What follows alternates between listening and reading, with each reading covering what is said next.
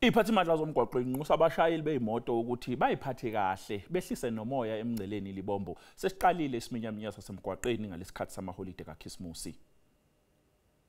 Timoto leti ludwendve letihamba kancane.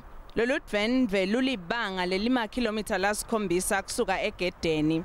Bashayeli ke bafuna kufika kule Mozambique kungafiki iKhisimusi. Kulinza kule line lelitse kubaniketa tinkinga. Bakhathateke kakhulu ngalokuthi abati ukuthi yini le yenda kube neludwendve lolutse kangaka. Just 20 minutes la elayinini and then sizobona phambili ukuthi kwenzakalani. But iline iyahamba although ihamba slowly. The way sibone ngakhona situation izolo chuthi behamba 1 meter nje after an hour or an hour and a half. So singazi phambili ukuthi kunjani ngoba nathi last na 15 to 20 minutes. Litiko letekuphepha kulesifundza selihlanyele betemtsetfo kutewucaphela simo kulendzawo. Labasemagunyeni bakhuthaza abashayeli ukuthi babeketele.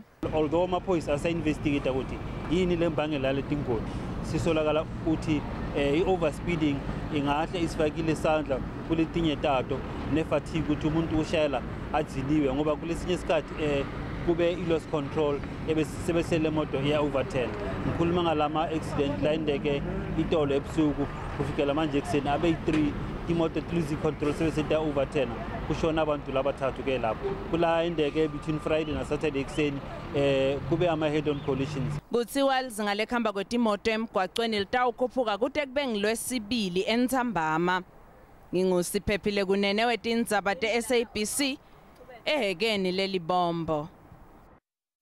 Kusenjalo kwaZulu Natal umthamo wemoto ube ngojwayelekile namhlanje. Iphathimandla zithi zilindele isibalo semoto sande njengoba noncibijana ususondele. Babalelwe ku-150 abashayeli aseboshelwe ukuphula imithetho yomgwaqo enhlobonhlobo kusukela eqalile amaholidi. Uhulumeni wesifundazwe uthi bakhathazekile ngamazinga eingozi ezenzeka ikakhulukazi emgwaqweni ecezile. Ngasohlangothini lethu njengohulumeni senza konke okufanele ukuqinisekisa ukuthi zonke izithiyo nobubi obungenza ukuthi sibe neingozi nokufa kwabantu emgwaqweni siyabhekana nazo. Iphathimandla zithi isibalo seingozi yomgwaqo sehlile uma qhathaniswa neminye iminyaka ngalezi insuku.